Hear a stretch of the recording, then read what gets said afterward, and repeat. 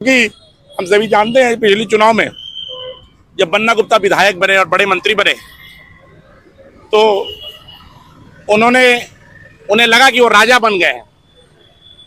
उन्होंने अनैतिक कार्य करने लगे।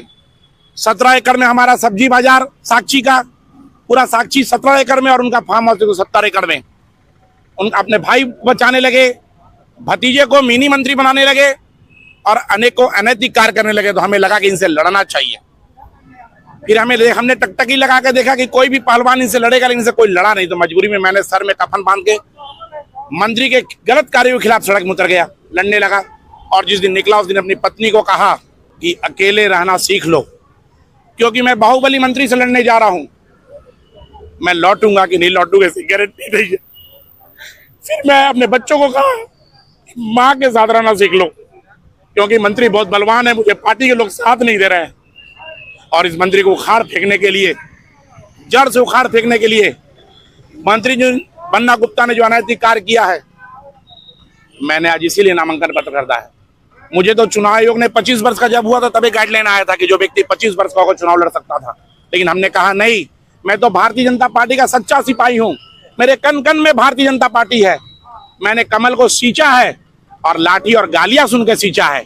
और वैसी स्थिति में हमें चुनाव लड़ना होगा और इसीलिए मैंने आज पर्चा लिया हूं। और मैं आप लोगों से भी हाथ जोड़कर विनती करता हूं कि आप लोग वो स्तंभ है चौथे लोकतंत्र के जो किसी को राजा और रंग बना सकते हैं। अगर मैं तो लोगों को कहता हूं कि अगर 25 वर्षों तक अगर मैंने आपका काम किया है और गलत नहीं किया तो आप लोग मुझे साथ दीजिए। और मैं आपको बताता हूं कि मैं मानगो में रहता हूं, विशेषकर मानगो में राजनीति करता हूं, क्योंकि मेरा गृह क्षेत्र हुआ है और भारतीय जनता पार्टी की एक पाबंदी रहती है। सारे जगह अलग अलग संगठन के लोग रहते हैं, इसलिए मैं कई जगह नहीं जा पाया। आप मानगो में चले जाइए, किसी भी 10 लोग को बुला लीजिए, गरीब हो, अमीर हो, छोटा हो, बड़ा हो, खोमचा वाला, ठेला वाला हो, और उससे पूछिए कि रात को 2 बजे भी विकास सिंह को तुमने फोन किया है कि नहीं, और विकास सिंह तुम्हारे दरवाजे में खड़ा हुआ है कि नहीं। अगर वो बोलेगा नहीं विकास सिंह नहीं आया तो ये नामांकन पत्र स्वर्णरेखा नदी में। आप पूछिए कि विकास सिंह करोड़ों का किसी का काम किया, उसका चाय भी नहीं पिया। अगर कोई बोल देगा नहीं विकास सिंह मेरे से चाय पिया है तो स्वर्णरेखा में मैं प्रभावित कर दूंगा नामांकन पत्र को। मैंने लोगों की सेवा की है और भारतीय जनता पार्टी में रह के सेवा की है।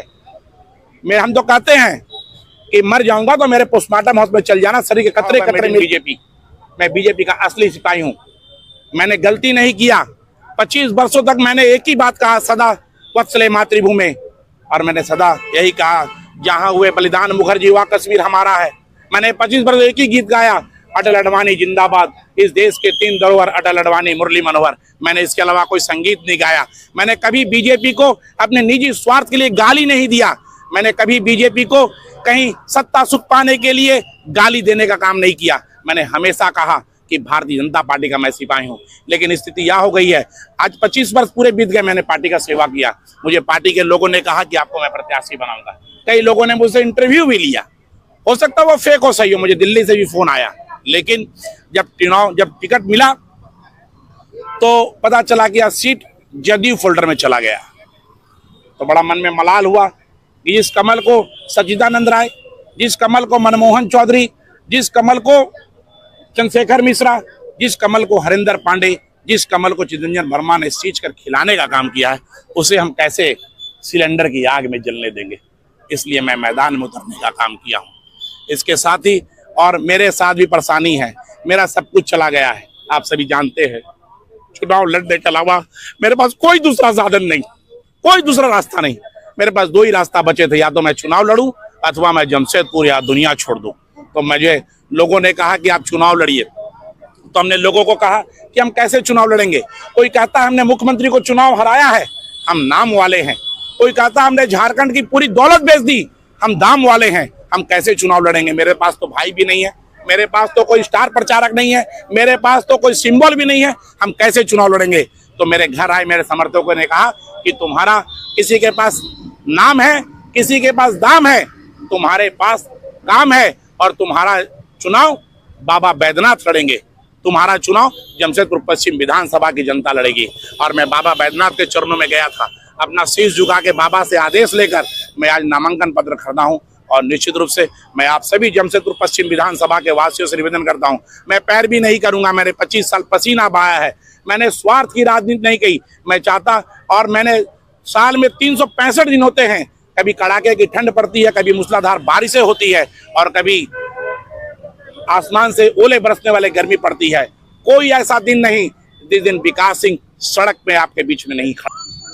पिछले बार चुनाव हुई थी, देवेंद्र भैया को पार्टी ने टिकट दिया था, उस समय भी मैं चुनाव लड़ सकता था। जो लोग आज हवाला देते हैं कि वोट बटेंगे, उन लोगों ने यहाँ कैंडिडेट खड़ा करवाया था और देवेंद्र सिंह को हराया था।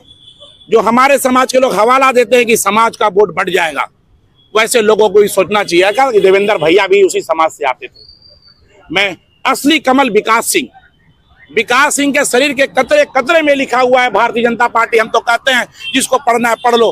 मैंने 25 साल भारतीय जनता पार्टी की सेवा की है और भारतीय जनता पार्टी का काम किया है। असली भारतीय जनता पार्टी विकास सिंह है, क्योंकि मैंने अटल अडवाणी से राजनीति करना सीखा है। एनडीए के विरुद्ध आप देखिए, एनडीए अभी किसको टिकट देगी, क्या देगी, सुनी सुनाई बात। लेकिन कहा जाता है ना कि जंग में तैयारी की कमी नहीं, हमने दे दिया। आज पार्टी मेरे को बीजेपी का, मैं तो असली बीजेपी हूँ। मेरे शरीर के कतरे कतरे में लिखा हुआ है भारतीय जनता पार्टी। आज पार्टी मेरे को कल फोन कर दे कि आप कमल निशान से लड़ रहे हो, मैं कमल भर दूंगा। अभी मैंने पर्चा लिया है, लेकिन मैं चुनाव अपनी मर्जी से नहीं लड़ रहा हूँ। मैं बाबा बैद्यनाथ के आशीर्वाद और जमशेदपुर पश्चिम विधानसभा के जनता के कहने में लड़ रहा हूँ।